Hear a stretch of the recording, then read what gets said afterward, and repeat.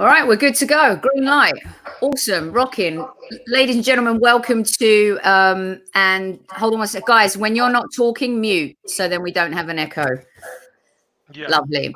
All right. Welcome, ladies and gentlemen, to a Highbury Squad special. This is the FA Cup Players Lounge preview, and I am absolutely delighted to have my podcast brother here with me this evening, Super Kevin Campbell.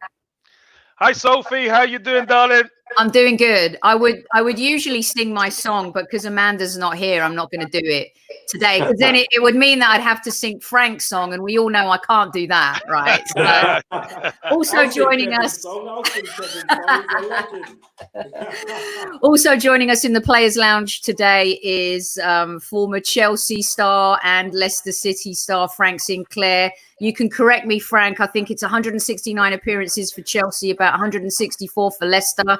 And you had a wonderful career, and we're so excited to have you on the show today.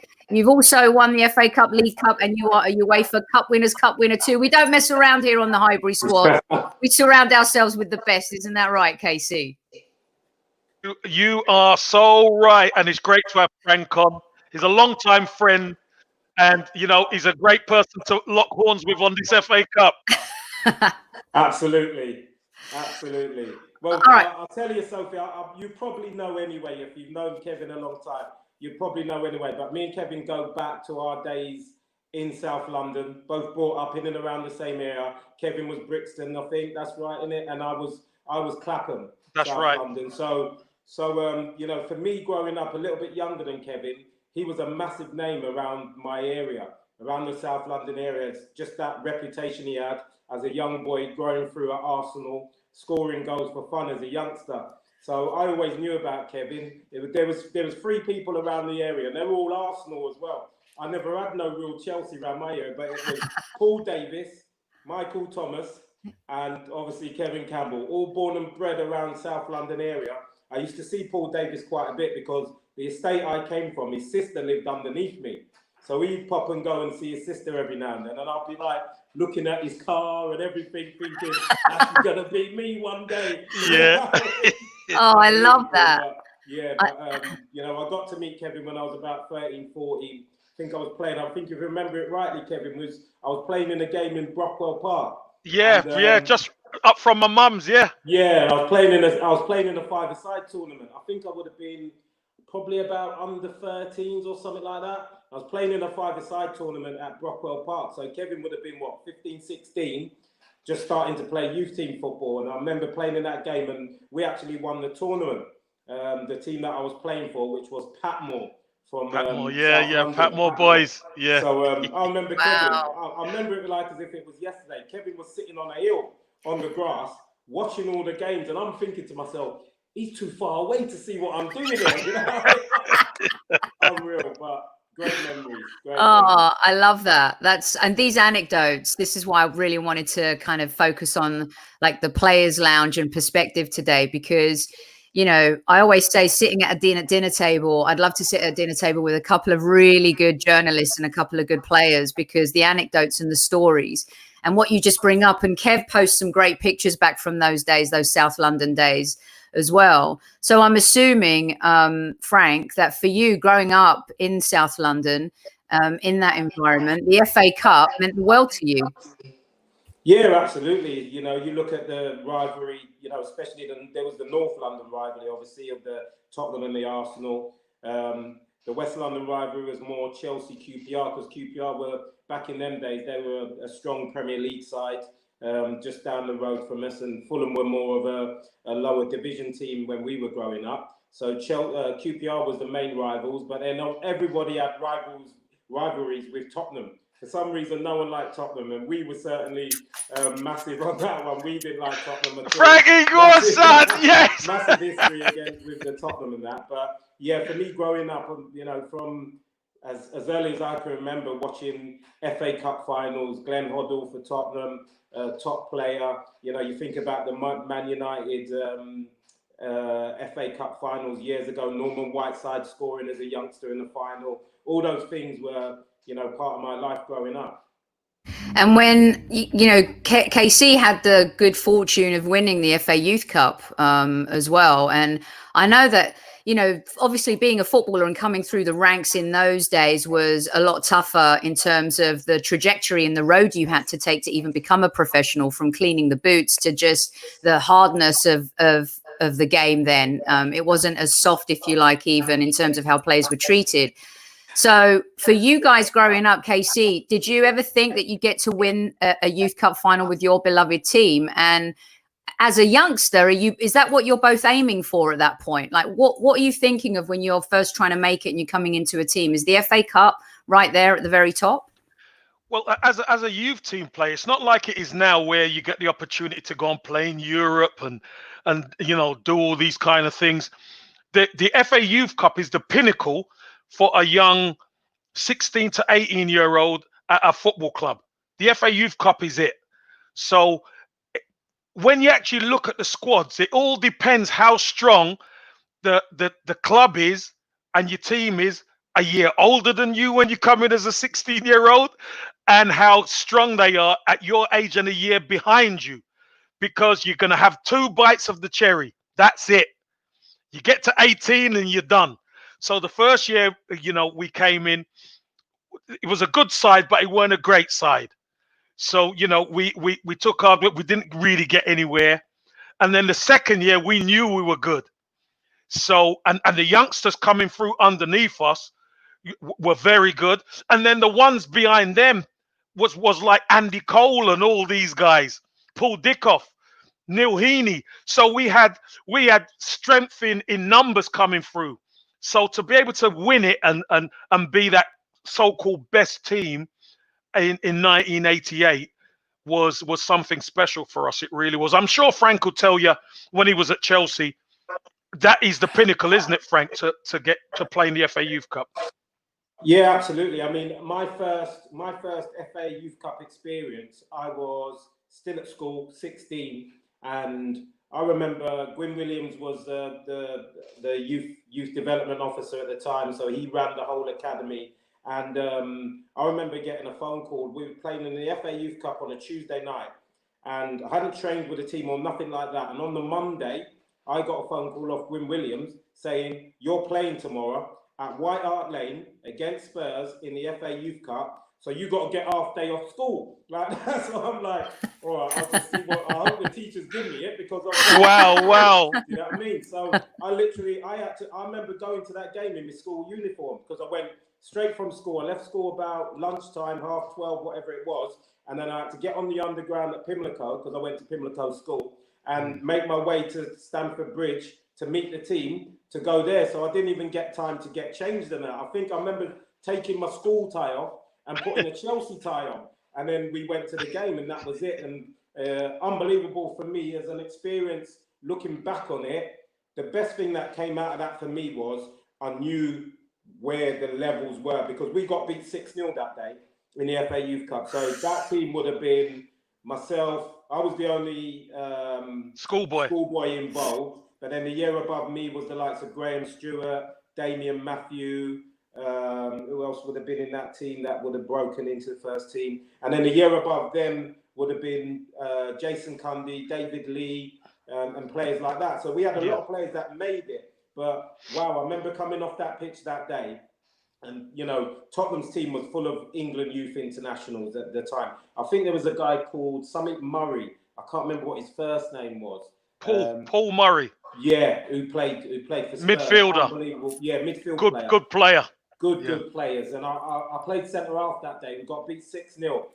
I wasn't disappointed so much with the result, but I came off that pitch and thought, I've got a year to get to that standard. Yeah. As soon as That's I amazing. finish school, I need to be there. And it was an unbelievable experience for my first one at White Hart Lane as well. Yeah, I mean, Tottenham, to be fair to them, or should I not be fair to them, Casey? They did have I know they were pretty good in you know, at one point, and they did create some great players. But you know, it's interesting you say that, Frank, because then we roll on to, you know, being in a youth team and having that experience, and what you just said, taking that experience, and then all of a sudden, you know, you find yourself playing for your dream club. and you're playing alongside world-class players. But at first it wasn't easy. But when you did kind of break into Chelsea, what emphasis and value did the club put on the FA Cup? On the actual FA Cup? Yeah, on what it meant to the club. And because when you won it, it was your first trophy in 26 years, wasn't it? The year you won the FA Cup, I think. That's correct. Correct. It was. So you'd gone a long time. The last time we'd won the cup was the famous team of the 70s with your David Webbs and people like that in it. So for me, it wasn't really about a club issue with the FA Cup, because it was historical in all over England.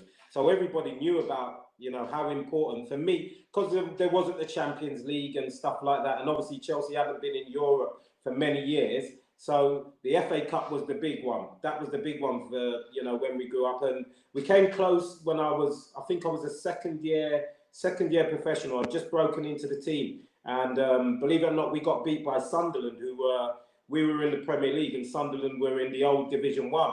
And we went to Roker Park and got beat 2-1. And that was a massive upset. So I was a second year and we got beat in the quarterfinals. And that was the closest I got as a youngster before, obviously, played in my first final in 1994 against United.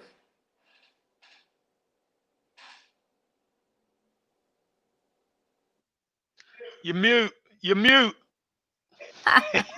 You were at Arsenal for such a long time, Casey. And once you break into that first team and, you look back on those South London days, you look back on winning the FA Youth Cup, and all of a sudden you're in the first team. Arsenal, of course, are the team with the most FA Cup wins in history. Wow, look at that. Way. Sorry, Frank. It's one of the few things we get to brag over you about, to be honest. And so when you joined, what was the FA Cup angle with Arsenal? Like, obviously, it's a trophy that's always been important to the club, but I always like to get kind of under the skin of the club and the DNA, because it seemed then every single domestic trophy in competition was very important. Yeah, I think it's when you join the club, you really understand the inner workings. Because when we're schoolboys, and I'm sure Frank will agree, when you're a schoolboy, you actually don't really understand the inner workings of a football club. You're talented, you're gifted to play the game, but what it actually takes to make it, this isn't about winning yet. Mm-hmm. What it actually takes to make it, the training, the mindset, etc. You have to get into that flow of thinking. And then when you actually get on the inside, mm-hmm. having a legendary captain like Pat Rice as a youth team coach, he coached us as schoolboys, he coached us as a youth team. And then you start moving through the ranks, and you're having Geordie Armstrong and Stuart Houston and all these guys who have played at the highest level. It's about winning. So you've got to take every trophy serious. And then you start to speak to the likes of David O'Leary. As a kid, I was there early in the morning to watch the whole build-up of the FA Cup all the way right to the end. And I'm sure we're going to cover my favourite FA Cup final. We are, definitely. We're going to cover that. But that day is imprinted in my mind as a kid. So when I'm like a kid when I'm going with the first team, and David O'Leary's talking about, he's giving me all the because I ask a lot of questions to David O'Leary, and he's telling me all the insights into the cup finals and the build-up and what the day's like and the training. There's an edge to the training. And for me to witness it and to do it with Arsenal, honestly, Frank's lived the dream. I've lived the dream. There's nothing better than living the dream and winning an FA Cup, because you realize the FA Cup is a global cup. It's not just domestic, it's global. And everybody sets out to watch the FA Cup. It used to be the most watched game in football back in the day. Yeah. Pre-champion, obviously younger kids, their most recent memories of what is big is the Champions League. It superseded the World Cup even for some people. I still think the World Cup, I think it's a generational thing, right? And so, for you, Frank, when you're in your transition and going into the Chelsea team, before you even got to that FA Cup win, you went through a transition in a team, didn't you? And really, Chelsea, kind of the evolution of Chelsea at that time under Hullet, and you had Zola and you had Vialli. You kind of went from not mediocrity, but there was definitely an arc and a transition before you got to that first FA Cup win, wasn't it? Yeah, absolutely. And I think the mastermind behind the beginning of that was obviously Glenn Hoddle when he came to the club. You know, we didn't you know, the biggest shame with the Glenn Hoddle situation was I think he got the England job too early. You know, he'd been a manager for probably 3 or 4 years, done brilliant at Swindon, got them promoted to the Premier League, and then came to Chelsea and started playing a new brand of football. You know, all the managers that I grew up under at Chelsea when I played, obviously Bobby Campbell, Ian Porterfield was soon after Bobby Campbell, who gave me my league debut for Chelsea, and the team, the way that the style of football that we played then was more guts and garters. You gave your heart on that badge, on that lion, and that was enough for the supporters. That's all they wanted to see was 11 guys in blue shirts running their socks off, giving it 100%. It wasn't about tactics. It wasn't about your obviously we had quality players to be playing at that level, but it wasn't about about Chelsea the way that Chelsea played. And then it wasn't until Glenn Hoddle came to the club that he ripped up that whole remit and said, we're going to start playing with 3 at the back. We're going to play out from the back. The sweeper's going to get on the ball. We're going to start passing the ball. And it was even before the likes of Zola, the likes of Di Matteo, the likes of Gus Poyet. Before they come to the football club, we were playing a good brand of football. Even when we had Paul Furlong, John Spencer in the team, obviously Dennis Wise, Eddie Newton, people like that. We never had no real world-class household names in that team, but we played a really good brand of football at the time, and that's some really good players. And then obviously when Glenn Hoddle signs the likes of your Dan Petrescu's, your Mark Hugheses and people like that, we started adding quality players to a good brand of football and then became a decent team. You know, you mentioned the fans, and I think the FA Cup is probably the most quintessential trophy that definitely Generation Xers like myself just loved the occasion, like Casey was saying, and the day out. If you were fortunate enough to go to an FA Cup final, the entire day out was just magical. And, you know, to kind of hear you talk about the fans, I know this may sound like a silly question, but players have been questioned at times, especially of late when it comes to some more of the domestic cups and the relevance and the importance. And there are some journalists who have actually called for maybe even the League Cup to go away. And I think my generation would fight furiously to keep both. Do you guys realize, even in the moment, but more after, what it means to the fans, what that moment, what those games, those occasions mean to the fans? And do you know it because you grew up as Arsenal and Chelsea fans as well, Casey? Well, I think as a Generation X type guys, you love winning cups. You love winning trophies. I think, listen, Arsenal winning trophies is what it's all about. And I'm sure Franco will agree. Chelsea winning trophies is what it's all about. Once you taste it, you don't want to go back to being mediocre. You don't want to go back to not winning. Winning is a drug, and it is the best drug for players and fans, because when you win, you see the fans happy. And as a player, if the fans are happy, you're happy.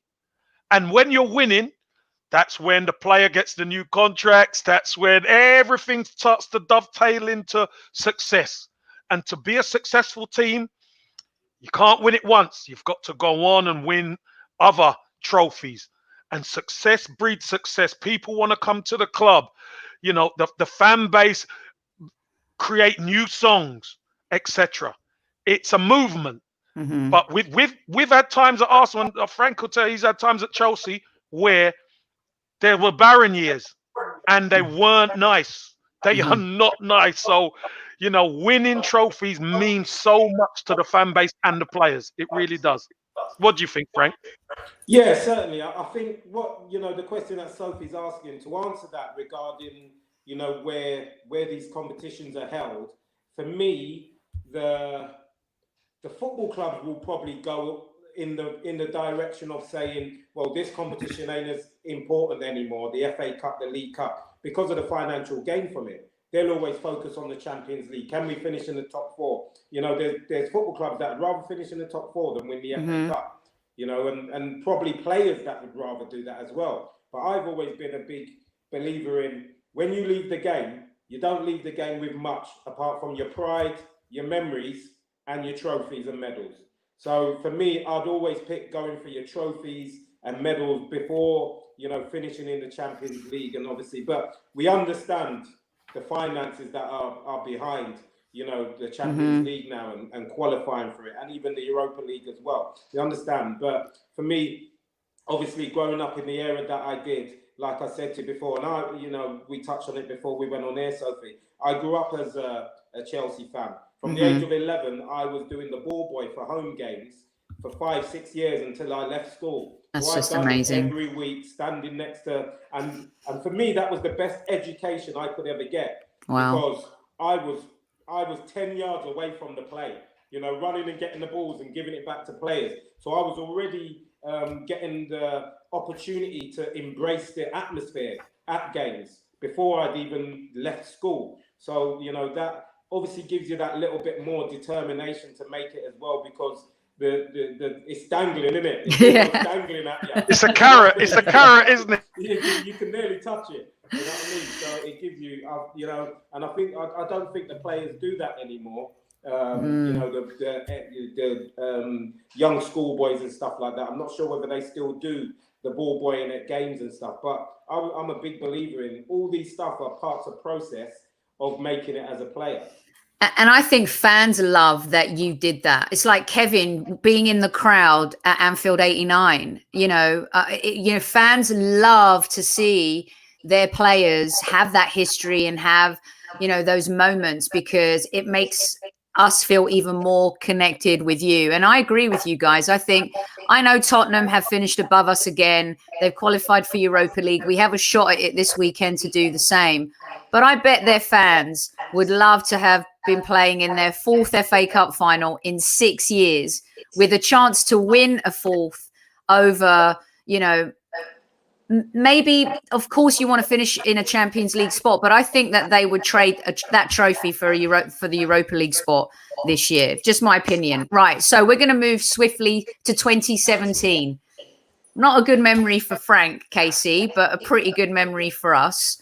Chelsea definitely have had our number in the league over the last few years, but that 2017 FA Cup final, to me, was hugely significant as a fan, as much as 2014 when we were in our barren run of trophies. We were the team that was told that we were going to get thrashed in the semi-final by City. We were the team that then got told they were going to get thrashed by Chelsea in the final. Nobody gave us a chance.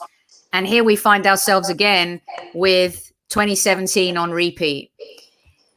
Now, the two teams look completely different, you guys. If you look back on, we had the Ox then, Ramsey, Sanchez, Giroud, and Chelsea, you know, had Hazard, had Luiz. There's this ex-player thing going on.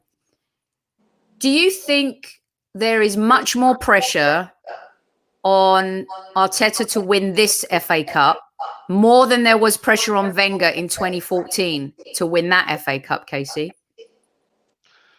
I think there's pressure no matter which way you look at it. Actually, I think there was more pressure on Arsene Wenger because we weren't having a great season in the league. It was the last chance saloon for us to get any silverware, if we're honest. And Chelsea were overwhelming favourites. You know, they really were. I think Chelsea were going for the double. They were. They'd won the league and they were going for the double. Yeah. We were really nowhere in the league. And there was talk of Arsene Wenger leaving the club. And he said he'll make his decision after that game, wasn't it? Mm-hmm. You know, so I think there was a lot more pressure on Arsene Wenger actually seeing if he could cobble together a team, because there was injuries as well we had, you know, to see if we could win that game. Now, well, Mertesacker had to come out of retirement kind of, pretty much. And it was a difficult one because the system changed. Mertesacker played. Rob Holding, that was his first final he played as a youngster. You know, me personally, I just think we had nothing to lose because all the pressure was on Chelsea. If Chelsea would have beaten us, we said, yeah, they're a great team. They've won the league, etc. Right. So, you know, maybe there is a bit more pressure on Arsene Wenger for that one. But not saying that there isn't pressure on Arteta. Our third manager this season is listen, this Chelsea side are a good side. But do we fear them like we feared the previous team in 2017? I don't think we would fear them as much as we feared that 2017 team. That's what worries me a little bit about this, because I think this Chelsea team are a little bit better than people are giving them credit for, because I think they've lost games in really bad ways this season. Early on in the season, they were letting in late equalizing goals as well. Frank, do you think in 2017 there was a little disrespect because Arsenal really were the dartboard? It was the heart. It was the nucleus of the moment of being the dartboard of opposing fans and media. Do you think Chelsea kind of underestimated us? I'm not sure if I'd say underestimated, but I certainly think that it was a situation where they probably thought to themselves, all we got to do is turn up and we'll win this game. And Kevin touched on already about Arsenal having to galvanise between themselves. You know, all the stuff that was happening with Arsene Wenger, to talk about, again, another season. Is he going to go? Is he going to stay? And all that stuff. Sometimes that can make you take your eye off the ball. But I actually think that galvanised the Arsenal team. And obviously with the injuries and players that didn't expect to play, Kevin touched on Mertesacker, you know, just throwing the old boot, dusting the boots off and putting them on for one more time. Incredible. And all odds were against them. And I think sometimes I've been in games where, you know, and I've played at clubs and I've been in change rooms where you just get this sense of galvanizing each other and being one and going out. And they probably had that on the day. Whereas Chelsea, going from a terrible start to that season to Conte changing the shape of the team and then practically going nearly unbeaten for the rest of the season to win the league, they probably thought that all they had to do was turn up and win it. And that was probably the difference between the teams on the day. So what's interesting about this game, and I think Paul says it brilliantly, Diego Costa was such a menace to Arsenal around that time. I mean, he really knew how to get our number, not only physically, but mentally. He really knew how to get our players riled up. Same thing with Didier Drogba. I think Senderos probably still sees Drogba in his nightmares, to be honest with you. And we're going into this game with a little bit of a different mix. I would say maybe we have the striker who's, you know, one goal away from winning the Golden Boot. Definitely needs a few chances to bury his chances. So you can imagine if he did score, you know, earlier than he would in a game. Still great, though. Don't get me wrong. And now you have Giroud, who really wasn't Lampard's first choice. You know, he's kind of played him by force because I don't think Tammy Abraham hit the ground running early, but you have this juxtaposition now. You've got Giroud, the ex-Arsenal player. You have Aubameyang, the new Arsenal hero. Frank, do you think Giroud can be a real X-factor and threat in this game? He's kind of been on fire the last 7 or 8 matches for Chelsea. He's been on fire longer than that. If you look at his record of goals per games, it's as good as anybody in the league. Unbelievable. And he doesn't start that many games. And Sophie, you touched on Giroud, you know, eventually overtaken. When the season started, Giroud was third choice. Batshuayi was the one that was coming off the bench and getting game time. And Giroud was sitting there. And I couldn't quite get it, but I understood that Frank Lampard had to get a feeling for his players and probably was thinking about, you know, this thing about trying youngsters and making the group a little bit younger was probably the reason why Giroud didn't get his chance at the beginning of it.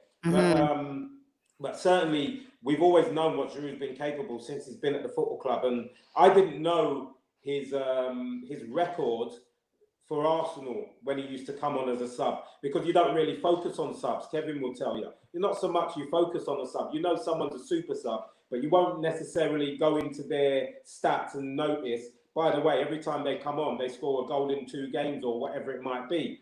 And Giroud's been near enough like that since he's been at Chelsea. So, to going back to your question, I think the pressure's off for the game for Chelsea, because obviously finishing in the top 4 for me was the remit for Frank Lampard. So I actually think they can go out there and enjoy this game and, come out with a result. And I think Giroud deserves to start this game, and I'd be very disappointed if he didn't start.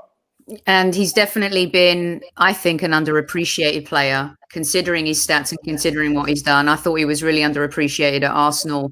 And another ex-player, though, who could have an effect on the game, but maybe in a negative way, Casey, is David Luiz. And it's kind of like the line from Forrest Gump, life's like a box of chocolates. You never quite know what you're going to get. It's kind of like that with David Luiz, but he's definitely evolved under Arteta, still had some major faux pas. Which ex-player has more of an impact on the game, and what do you think about David Luiz and his role potentially for this weekend? Well, this is one thing I will say, and I think I'm going to make Frank laugh here. If Arsenal play a back 4, we're done for. David Luiz in a back 4 is not going to work. He's not going to work. Chelsea have got too much movement and too much pace, and Giroud's going to have a field day. That's what would happen. But in a back 3, David Luiz seems to be a lot more solid.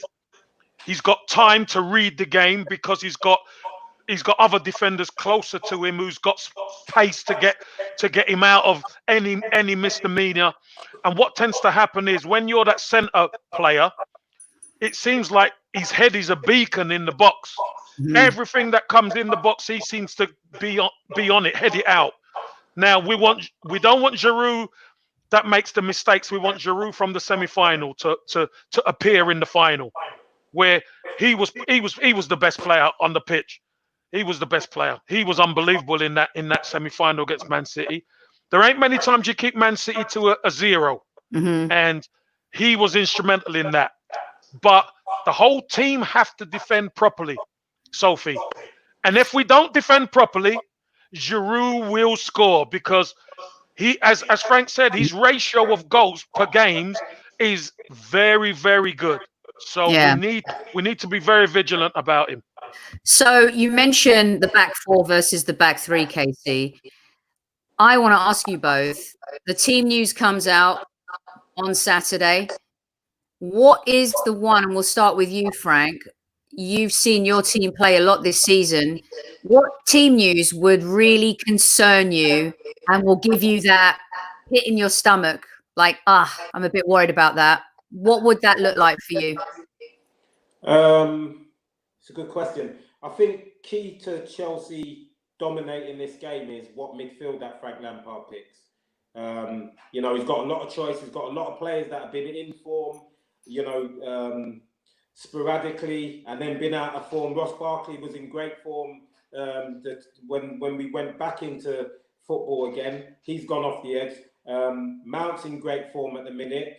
Who else is there? Midfield players. There's Kovacic, who's a top player for me. I think, when he doesn't play, we haven't got that physicality in that centre of the park when Kovacic don't play. And Jorginho's obviously sitting at the minute because Kante's still injured. So for me, the key to winning this game, I think, both teams have got weakness and strengths in both 18-yard boxes. Both teams will give goals away. Chelsea have done it all season long as well. Even top players like Rudiger, who've been, really dependable throughout previous seasons. And this season, he's had ricks in him. The only person that really is looking like a real defender at the minute for Chelsea is Kurt Zouma. And he's come from the back of the pack to get into the team as well, because Christensen was in front of him also. So for me, I'm not that fussed about the choices of who plays up the top 3 and at that end, or whether we play with 3 at the back or 5 at the back. I think for me, the key is what's the combination of the midfield 3. I'll see that team sheet, work out who that midfield 3 is, and have a good idea of whether Chelsea will win the game or not. What about your goalkeeper, Frank, real quick, before I get KC's take on it?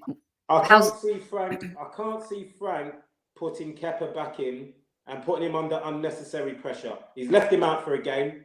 Now, Willy Caballero has been excellent every time he's been asked upon this season. He's not come in and made any mistakes or anything like that. So I'd expect Willy to play again, because I just think the focus will be, if Kepa plays, the focus will be more on his performance rather than the team's performance. People will make a big issue of that. And I just think now, if he's not going to be a future of the club, which it doesn't look like, what's the point in putting him in for the last, week, 2 weeks of the season? Casey, other than David Luiz or the back line in terms of formation, anything else on the team sheet that will kind of smack you around the head and be like, whoa, hold on a second? Listen, I think with the way Arsenal have been, he could pick the strongest team possible, and once the referee blows that whistle, they could look like they should be in 40 towers. We've seen it before. Arsenal have been, the so-called strongest team don't perform. We've seen it. Now, I would love to be able to say, Bukayo Saka plays, because I think he's a wonderful young player. But when you look at the semi-final, because that was the last cup game, I thought Pepe was excellent. He created one goal. I thought the way the team defended against Manchester City as well was very good.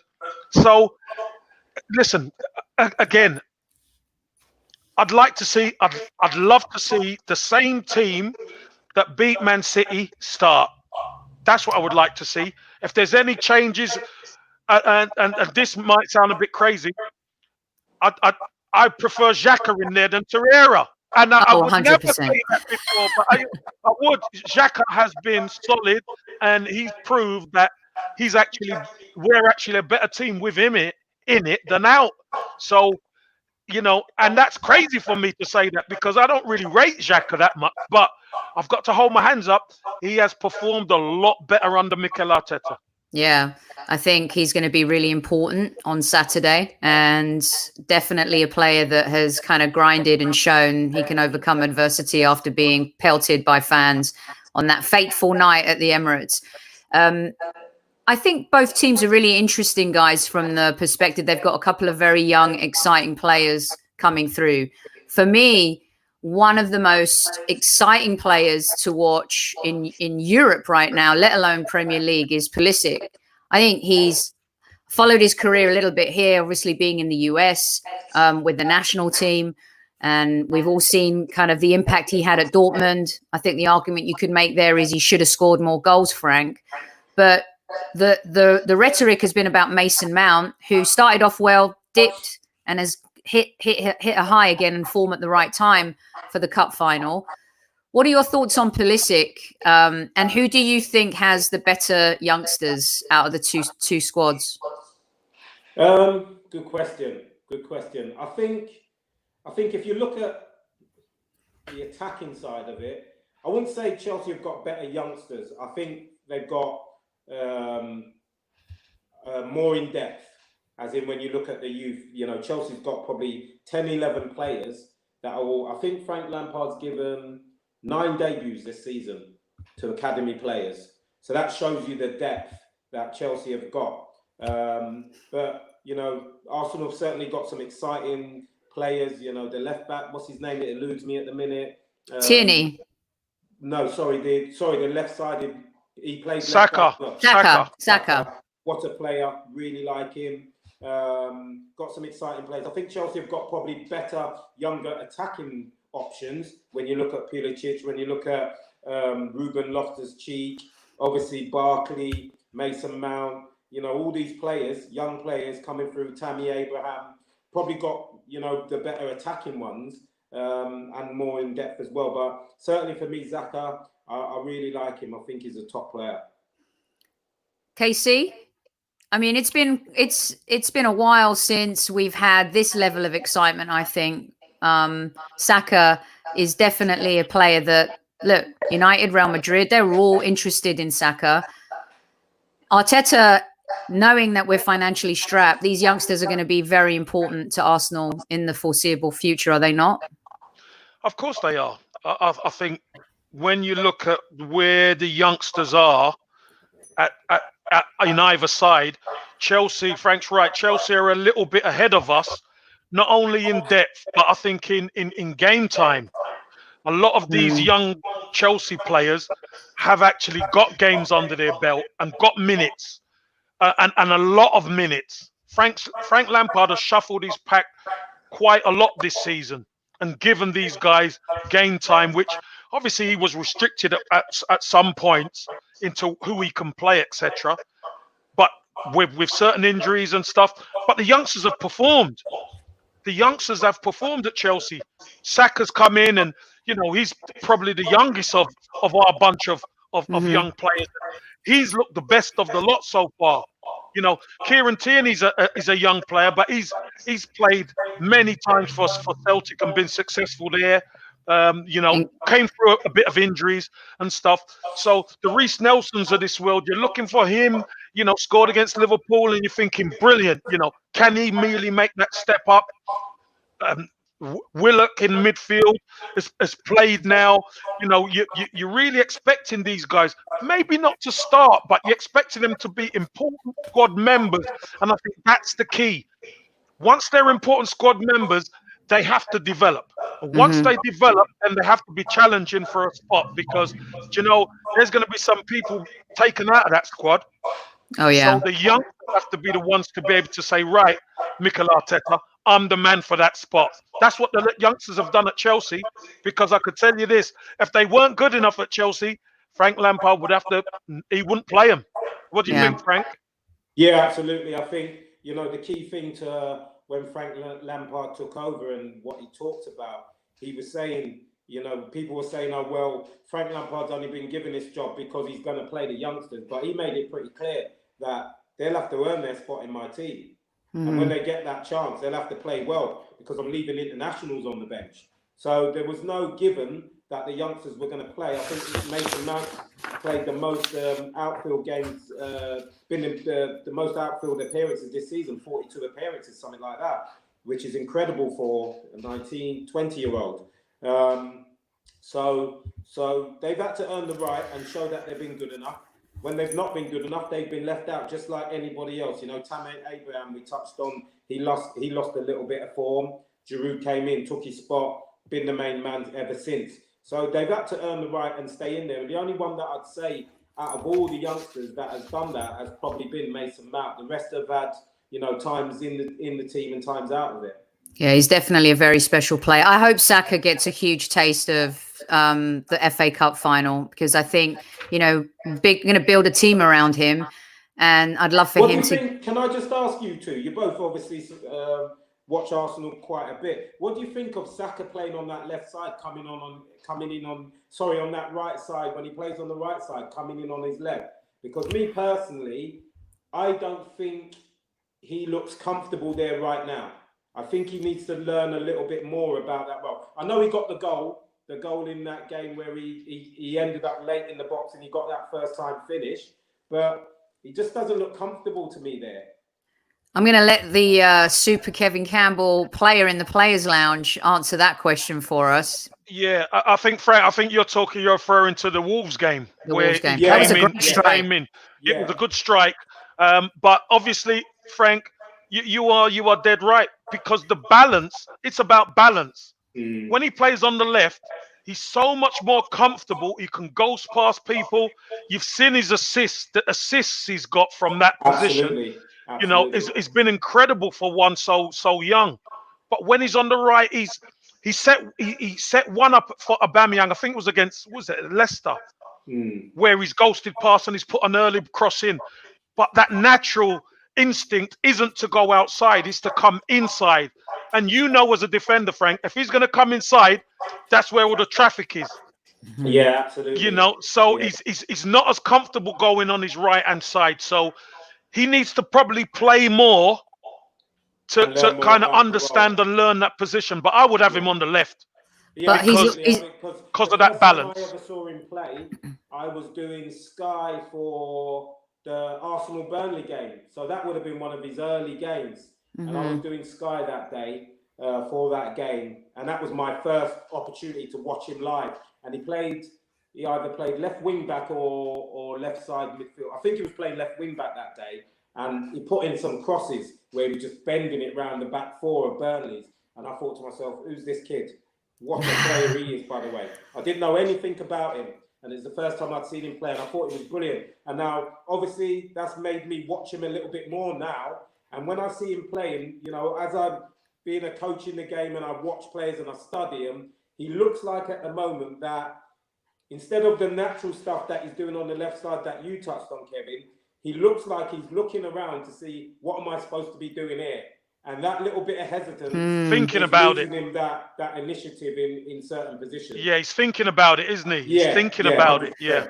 But guys, doesn't he have a manager though, and something he's going to have to get used to? A little bit like Pep and Arteta, obviously working with Pep and watching Pep. He likes to mix and match, doesn't he? He's not necessarily saying if this is your position, this is going to be the position you're going to play in every single game. When you play for Arsenal, you know, sometimes Pep has been accused of trying to put square pegs in round holes. So that, as a youngster, he's going to have to get used to as well. And at the same time, it could end up becoming the growth of his game. Yes, as a fan, sometimes I love how you guys just broke that down, because as a fan, sometimes, you know, especially with a young player, we don't want to look at his inefficiencies as much as we want to champion him maybe getting better, right? And so under Arteta, KC, can you see a little bit like Maitland-Niles, who's, you could argue, hasn't maybe reached his level because he's had to be the jack of all trade and master of none at times, right? I'm hoping that doesn't happen with Saka because he's too valuable. Yeah, we really hope so. Like we said before, when he's on the left-hand side, you can see his natural instincts. You could see his natural game. He doesn't need to even think about it. He can ghost past people. As Frank rightly said, he can deliver wicked balls in behind the back four where the defenders don't want to touch it. So it's a striker's dream. But playing out of position can be a hindrance, but it's also a learning opportunity. Yeah. Now, we've seen Pep do it. We've seen Pep play, you know, Bernardo Silva on the left, and Mahrez tends to do that. But we're talking about seasoned pros here. Pros who know the game. So to play an 18-year-old kid who is very talented, but won't have the experience in how to unhinge, to unsettle the defense. Where do I stand? You know, how many times do I have to go outside of the defender? That's the other thing. You know, you have to keep asking yourself these questions as you're playing, because good defenders work you out quick. If you know he's more comfortable on his left-hand side, you've had it. So you've got to learn how to do both. You've got to learn how to go outside, and you've got to learn how to go inside and when to do it. And I think that's the key for Saka. He's going to learn that, but he's going to learn it on the job, unfortunately or fortunately. Yeah, he's going to, and he'll learn by his great moments and any mistakes or learning curves that he has. You're listening to the Highbury Squad. This is our Players Lounge FA Cup preview special with Super Kevin Campbell and Frank Sinclair. I'm going to come back to predictions and some man of the match stuff. See who you guys think is going to win and who you think could be the man of the match, and have a little bit of fun with both of you. So I want you to look back a little bit into your crystal football, Frank. And as a fan, I'd love to know your favorite moment. And as a player, I'd love to know your favorite moment. And it could be that they are both or the same. Right. Good one. Good one. So, favourite moments only in the FA Cup, obviously. Yeah. You can't talk about your European trophy. We'll do that on the next show. No, as a player, you'll be surprised with this one because obviously I won the competition. But that wasn't. It was the pathway to get into the final, which is actually my favourite game. It's the best atmosphere I've ever played in, and that was when we beat Liverpool 3-2 in the quarterfinals. Now we were 2-0 down and came back and 4-2. 4-2 we beat him. We were 2-0 down at half time. And I'll tell you the story behind it as well. Obviously, the biggest thing that sticks with me that day was Chelsea used to be unbelievable European nights. and just evening kickoff night games. I used to love the Tuesday night games if you played a league game or whatever it might be, because the atmosphere, it had the core Chelsea people that would race from work to get there and be at that game. And I love that atmosphere. Now, this game had a special buzz about it before, because it's Chelsea, Liverpool. The Liverpool side had those, what were they calling them at the time? The Spice Boys or whatever. Spice Boys. They had all the Spice Boys in it. Redknapp, Collymore, James, Babsy, a lot of them. All the Spice Boys were involved in this game, right? So, and you know they were having themselves as well, Kev. We knew they were having themselves. Oh, yeah, they're having it. From the years before, we knew they were having themselves. The white suits. You remember, in the other cup final, they got beaten back against Man United. So, anyway, they went in 2-0 up at half-time. And I swear, when we was going down the tunnel one of their players went, "Job done, boys, job done." And we heard it as we were going in our changing rooms. That must have been the worst thing anyone had ever said, because the manager didn't have to say much at half-time. Wow. Because we was like, "Nah, mate, the job ain't done." You know what I mean? And we were just galvanized around each other saying, "Did you hear that? Did you hear that?" That's all we needed to talk about. Did you hear what he just said? That was enough for us. Wow. Ruud Gullit that day, I remember Ruud Gullit was the manager then. And Ruud came in the changing rooms and he picked up, and we all sat there after we've heard that. We all sat there thinking 2-0. We've got to get an early goal. We've got to get an early goal. So we're just thinking about an early goal. And Ruud Gullit sat there and he's got the paper, the newspaper. And he's like, all you can see is the back of the paper and he's just flicking through it. But Kevin, I'm talking about for about 3 minutes. Right, which is in the changing rooms when you've only got 50. It's a long time. 3 minutes is a long time. Yeah. And he's just flicking through and reading this paper. And he always used to call us lovely boys. So he just like read the paper and he sat there, it's silence in the changing rooms, and he just put the paper down and he went, "I know, lovely boys. I know exactly what we're gonna do here." He said, "The person that is running this game, forget about 2-0. The person that's running this game is John Barnes." He said, "John Barnes is sitting in front of the back four and he's not defending. He's just getting on the ball, passing the ball." He says, "Di Matteo, forget about playing midfield. Go and stand next to John Barnes. Stop him from playing." And he made a substitution. He took someone off and brought Mark Hughes on. And Mark was raging that he didn't start the game anyway. Yeah, it's something to prove. And he was a beast as it was. Do you know what I mean? Yeah. So those were that was the tactical change he made at half time. Di Matteo went and sat on John Barnes, stopped him from playing, brought Mark Hughes on and went, "Go and just do what you got to do." And he was angry anyway. Yeah. He came on, started beating up Babsy and Neil Ruddock and all that. And we got a goal back within a couple of minutes. I think Mark Hughes made a tackle on the edge of the box, smashed the centre forward, and then Gianfranco Zola came and bent one in. 1-1. Right. 2-1 down. 3 or 4 minutes later, bang, 2-2. Back in the game, 3-2, Viali, 4-2, again. So we ended up beating them 4-2. And I swear, I came off that pitch and I was knackered. You know, when you put so much effort into a game, my body was drained of energy, but just the buzz of the stadium and turning that result around, I just felt alive. And for me, that was, one of the greatest games I ever played in. Oh man, what a great story, Super Kev. Love that. Love that. Absolutely brilliant. Oh, to hear the bravado of the players as well. I love that kind of story as well, that anecdote where, and you yourself have your favorite FA Cup moment, Super Kev. Yeah, but what Frank talks about is some teams do that. Some teams do that. They make that mistake, and I don't know why.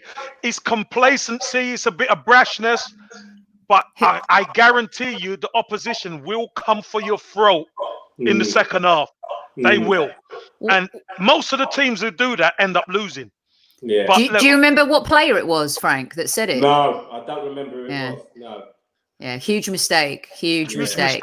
Well, mine are different. Mine are actually different. As a kid growing up, my favorite cup final was, and still is, the 1979 cup final, Arsenal versus Manchester United. Now, 3-2, Arsenal winning 2-0, cruising.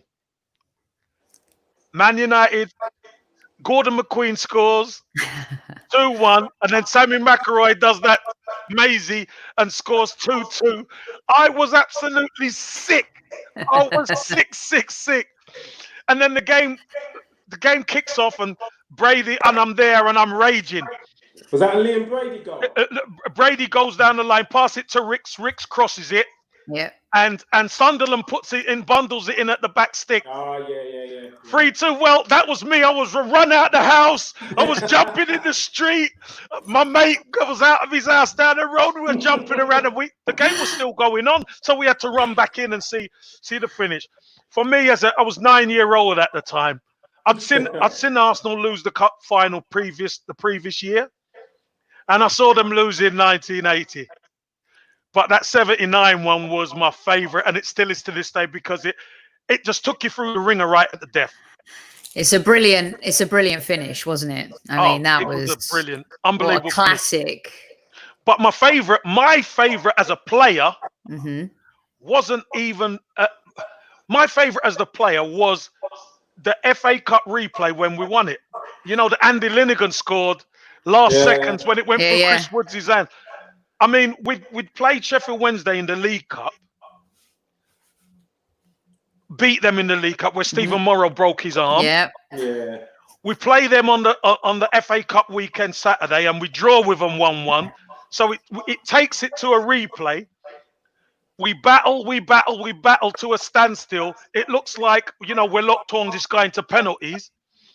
And then the last knockings, Andy Linegan, who, you know, he kind of played himself back into the season, because at first it's difficult to break into that team. You know, with that back four, it's hard to break in and get an understanding. But I was so pleased for Andy. He was such a nice guy. Kevin, and for him to come up with that header, and Woodsy, you know, it just went through his hands. It was a slippy night. And to win it, the exhilaration, Frank, I was knackered. Extra time. We all were absolutely knackered. Was the replay at Wembley again? Replay was at Wembley. The replay was back at Wembley. At Wembley, and you know, just the sheer relief of that going in was absolutely amazing. Yeah. Oh man, those Thursday night replays were fantastic, weren't they? Under the lights. Incredible. Under the lights. Yeah. Beautiful. Well, you know, I think the 2014 one for me is a favorite only because of the importance of it, not having won a trophy for so many years. But there was a lot of satisfaction with the penalty win, Patrick Vieira scoring the winner in the 5-4 against Man United in 05. But the Alan Sunderland one, I think, is just gold, absolute gold as a fan, the drama and all of that. So, yeah, I've got a quick fire round for you guys. Okay, this one's a little bit of fun before we get to our predictions and stuff. The first thing that pops into your mind is for both of you. So we'll start with Frank, and then Casey, you'll answer after. There's no prizes. There's no points. Don't make prizes. No. But I'd love to know your thoughts. Right, here we go. We'll start with Frank. Yes. Di Matteo's goal in the first minute, or Santi Cazzola's free kick against Hull in the comeback in 2014? Di Matteo's goal. At the time, it was the quickest ever FA Cup final goal. So, and I think it was Louis Zaha beat it eventually. So I'd have to go with that one. Casey? It's got to be it's got to see how this is going to go. Yeah, you know where this is going. It's got to be the free kick for me. Now, I did pick one where I thought maybe Frank might swing our way, but I don't know because you played with the young genius, so the little genius. Here we go. Zola or Bergkamp? Woo! Wow. That's a tough one, because I appreciate what Bergkamp used to do, because he was a nightmare to play against. And Ian Wright goes on about how good he was. You know what I mean?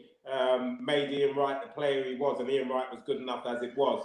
But I've got to stick by my man Franco, because not only was he the best player I played with, but he was the most humble guy that I ever worked with as well. He would be the last one. He would be the first one out on the training ground, the last one in, He'd bring the balls in. He was a superstar of the team, and he'd be collecting the balls. That's so awesome. And putting them over his shoulder and walking in. And he was the best player I ever saw. You know, when he first came to Chelsea, we used to do a thing together where he used to like doing 1v1s. So me and him would stay out for half an hour after training finished, and we'd have a goalkeeper, 10 balls, edge of the box, and the goalkeeper would fire them out to him, and I'd do 1v1s with him, but he weren't allowed to score until he went past the penalty spot. So brilliant. He made me a better player, because if I could stop him, I could stop anyone in the Premier League in my mind. So we worked together, you know, tirelessly on his own ability. He loved working. And yeah, I would, don't get me wrong, Bergkamp, legend of a player. That goal he scored at Newcastle, ridiculous, the best goal I've ever seen. But I'll have to stick by my man Franco. Casey? Oh, come on, look. Okay, I'm not even going to ask. No, okay, here's a good one. Here's a good one. Here's a good one. No, hold on. All right, what I'm going to say is, you're loading this, right? Because let me just tell you this. Frank played and trained with Gianfranco Zola. Gianfranco Zola is an incredible player. Of course, he was at Chelsea. Humble, nice, lovely man, but incredible talent. That's one thing. Mm-hmm. But Dennis Bergkamp, in my eyes, is, if not the best player, technically and as a player, he's definitely one of the top 2 Arsenal have ever had. Yeah. In my opinion, he's incredible. Some of the goals that he scored. I mean, Frank said it. The one at Newcastle. I rest my case. It's genius. All right, I got one here that maybe you guys won't look at it through your rose-colored glasses as much. You're the owner of a football team. You know you have all the information in front of you. You know what you know about Lampard and Arteta. You have to appoint one as the manager. Who are you appointing? What you know now and today as your manager to take your team forward? Frank? It's a tough question, that. Certainly not going to answer this one with my blue hat on. Certainly not. I think if you're talking about today, I'd probably go Arteta, just because he edges in with experience. And obviously, he's been in an environment with Pep where, if you can't learn how to coach and how to organize a team and how to have core values in that team, then you're never going to know. So I'd probably say now, just at this moment in time, I would go with Arteta. Fair and balanced there from Mr. Sinclair, Casey. Yeah, listen, I'm gonna approach this without my Arsenal hat on as well, because I'm just gonna look at both guys and the job that they're doing right now. I think Frank Lampard's done an incredible job with Chelsea. No transfer windows, etc. Had to blood some of the youngsters. Has done that brilliantly. But I've got to say, the squad that Chelsea have and the squad that Arsenal have, Arteta has the harder job. Mm-hmm. Yeah, I'd agree. I think Chelsea have got more quality than Arsenal. Arteta has inherited players who have, look, let's not even mention Baku, yeah? Because that'll make me start to sweat, Frank, if we mention Baku at the back in the last season. Chelsea turn up, Arsenal don't. Yeah, Chelsea have lost Hazard, etc. But Pulisic came in, etc. You know, they've got more quality than we have. I think Arteta's job is a lot harder right now, and Lampard's got them to the final. Arteta's got them to the final. Chelsea getting to the final, beating Manchester United. I think that Chelsea, you fancy Chelsea to beat Manchester United. It could go either way. Our semi-final, it was Man City all the way, wasn't it? There wasn't even close, really. So I think the job that Arteta's doing, I would choose Arteta, because he's working with a lot less. He's making more with a lot less. If you ask me this question in 5 years' time, I might have a different answer for you. Yeah. I mean, look, I think even as an opposing fan, you've got to respect the job Frank Lampard has done at Chelsea this Yeah. season. I mean, it's not easy for Ole Gunnar Solskjaer as much as he's been a dartboard, for Frank, for Arteta, ex-players, especially Frank and Ole coming in as super legends at their club, Arteta was a very respected player at Arsenal. We loved him. But I'm not sure he was in the legend category. And so I think you have to respect what Frank has done, and it's going to be interesting to see what he does with his front line next year, because my goodness, that looks like it could be scary. Now I've dumped two of the obvious. I've dumped Terry versus Adams and Mourinho versus Wenger. So I'm going to go straight to this one. Now you've picked your manager for your team. Which player do you build your team around? Saka or Mason Mount? Who? Sorry? Saka or Mason Mount? You pick one player. Would you build your team around? You can only pick one. I would go Mount. And I'd go reasons being, the most obvious one is not many teams are built around wide players. Do you know what I mean? Mason Mount's quite central to where he plays. He plays centre of the pitch, attacking midfielder, can do everything.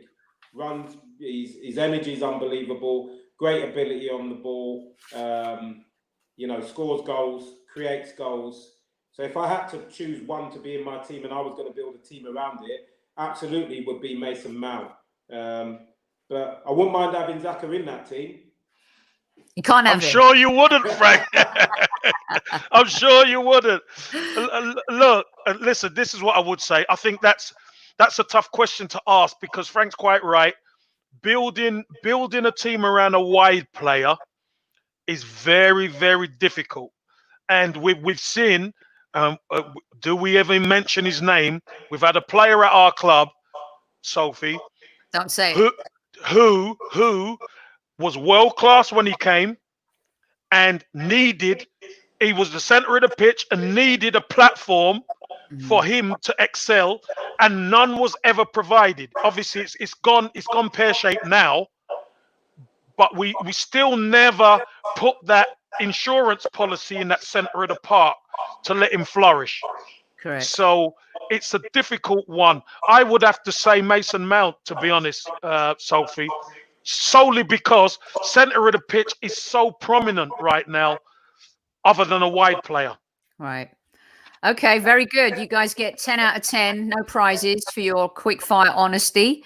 Now, going to get you out on this. It's been an absolute pleasure hosting you both. Some wonderful anecdotes and insights. I love getting into the mind of a player. You guys know best. You've worn the boots and the shirt. You've been through good games and bad games. Here we go.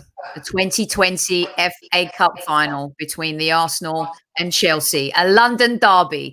Chelsea have never beaten us in an FA Cup final. They have in the League Cup final. They've definitely got our number in the league. Casey, I'm going to start with you on this one.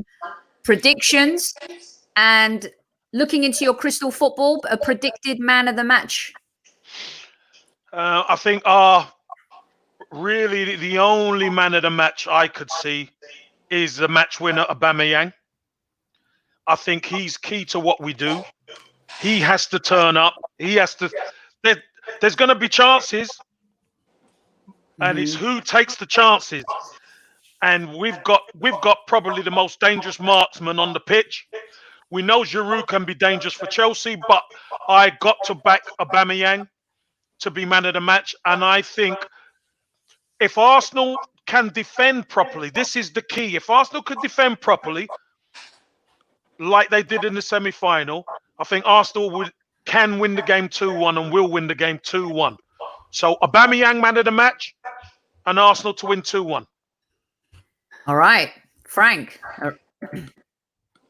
Sorry, I'm just writing something down there.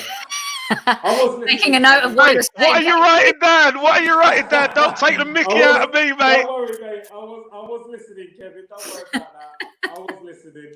But so you've gone 2-1, haven't you? 2-1. He has. Well, I'm actually going to go a little bit more convincing on Chelsea's way. But I'm going to do better than that, Sophie. I'm going to tell you why Chelsea's going to win this game. I can't wait to hear it. the most prominent thing about Wembley is the size of the pitch. I actually think Chelsea have more energy in their team. I touched on it earlier about the midfield. I think it's going to be really important. It's going to be key who Frank picks. If he picks these 3 players, I'm going down the betting shop to put 3-0 Chelsea on. And the 3 players that I'm looking for to play in midfield is Jorginho, Mount, and Kovacic. Because the energy in that team will be too much for Arsenal, and that will win us the game. And I'm going to say the person that's going to be man of the match for Chelsea that day doesn't get recognised enough for the work he does for that Chelsea team when he does play. And I touched on his physicality earlier on in the show, and that is Kovacic. On a pitch like that, with his energy and his physicality, he can run this game. And I'm going to go with him. Very interesting angle and analysis there, KC. Frank predicting that we were... down. Hold on, I'm writing something down here. Wait, what? 3-0? I'll tell you what, Frank, if you're right, my goodness me. 3 past Emmy. He's been pretty good, Frank, since he's stepped into Leno's shoes. He's actually been really immense for us, right? Hugely impressive. And no goals with Aubameyang, kind of as lethal as he is. I don't know, KC. I think we'll definitely score. I mean, I don't think it's going to be a 0 for us. Just saying. Listen, I'm not happy with Frank right now. 3-0, Frank. What's all that about? 3-0. Oh my God. Listen, it's going to be a good. But you know what, Sophie? This is the worry for a lot of Arsenal fans. What Arsenal's going to turn up? Because we've seen Arsenal play well, and we've seen Arsenal just not turn up. So Frank wants the Baku Arsenal to turn up. Yeah, he does. I don't think that Arsenal's showing up. If Baku Arsenal turns up, yeah, you could be right, Frank. 3-0, definitely. But I don't think Arteta's going to set him up that way. I think he's going to set him up a lot smarter. And I think it's going to be a tighter game.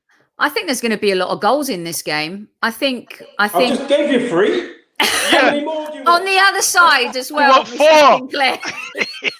I want 5, and I want it to be 3-2 to the Arsenal.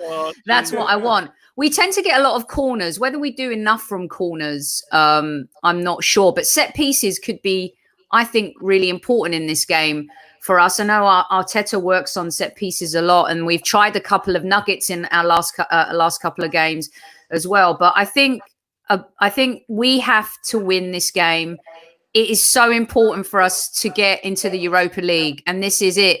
You know, a lot of fans are saying, guys, I don't want Europe because we can focus on the league. We're not going to win the league. So we may as well be in Europe making some money and giving our managers some financial support to replenish, you know, and move the team forward. We have to win this game. To me, it's more important than 2014 because, you know, I don't know about you, KC, but not only do I want to win it because I want to win it for the FA Cup, but we've got to get back into Europe. And I think Arteta knows that. It's important for us financially. Look, I'm one of these. I think if we don't win it, it's not the end of the world. I'll be honest with you. Of course we want to win. We want to win a trophy. We're the Arsenal. We want to win trophies. Chelsea want to win. We want to win. Me personally, it's happened with Liverpool. It's happened with Chelsea, where they missed out on Europe one season.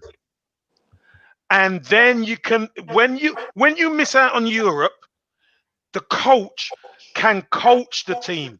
When you're in Europe, you're just playing to recover. You play, you recover, you play. He can't coach. He can't get his point across week in, week out to coach you. I think that's really, really important to get that in the players' minds. So I have to look at both kind of angles on this thing. Do we want Europe? Of course we do want Europe because, you know, it brings financial rewards, etc. But it depends. Does this team benefit from being in Europe? Because we've been in Europe all these years. We've been in the Europa League, and we're getting worse in the Europa League. Well, we did get to the final. Unai Emery, you could argue, got us into the final and a better league position than Arteta did. And Arteta inherited the team in December, did he not? I mean, I Yeah, don't want to but go look, into a whole other show here, but yeah. Well, we don't yeah. even want to Not get his into that. team, Sophie. Sorry. The key No. word you said there is inherited. That's not his team. Yeah. Very true. So I'd rather win the game and get into Europe. Of course I would, because it's a trophy. But if it doesn't happen, I don't think that's the backbreaker that many people think is going to hinder the club. Yeah. Well, I hope it's a great game. I hope, because there's no fans. I know as players, it must be crazy to go into that game thinking, wow, an FA Cup final with no fans. That's going to be different. I don't think it's going to change the intensity of the game, you guys. I don't think it's going to change how the team prepares, right? No fans is no fans. That's something players are used to now, having come back with this Project Restart. As fans, of course, we miss our day out. But I think also the fact that football's come back and so far everything's been safe has been a good thing. So we hope for a really good game. Thank you so much for joining me today, Super Kevin Campbell and Mr. Frank Sinclair. My pleasure, Sophie. You're welcome, Soph. Thanks a lot. And hopefully we'll get to do another one of these, and may the best team win. And not 3-0. And not 3-0. 3-0. Let's do one Sunday. All right. Get out, Frank. Get out. If you want, we'll come on when we win 3-2. No problem, Frank. See you, Thanks Frank. a lot. Take care. See you, Sophie. Thanks, guys. See you. Take care. Bye.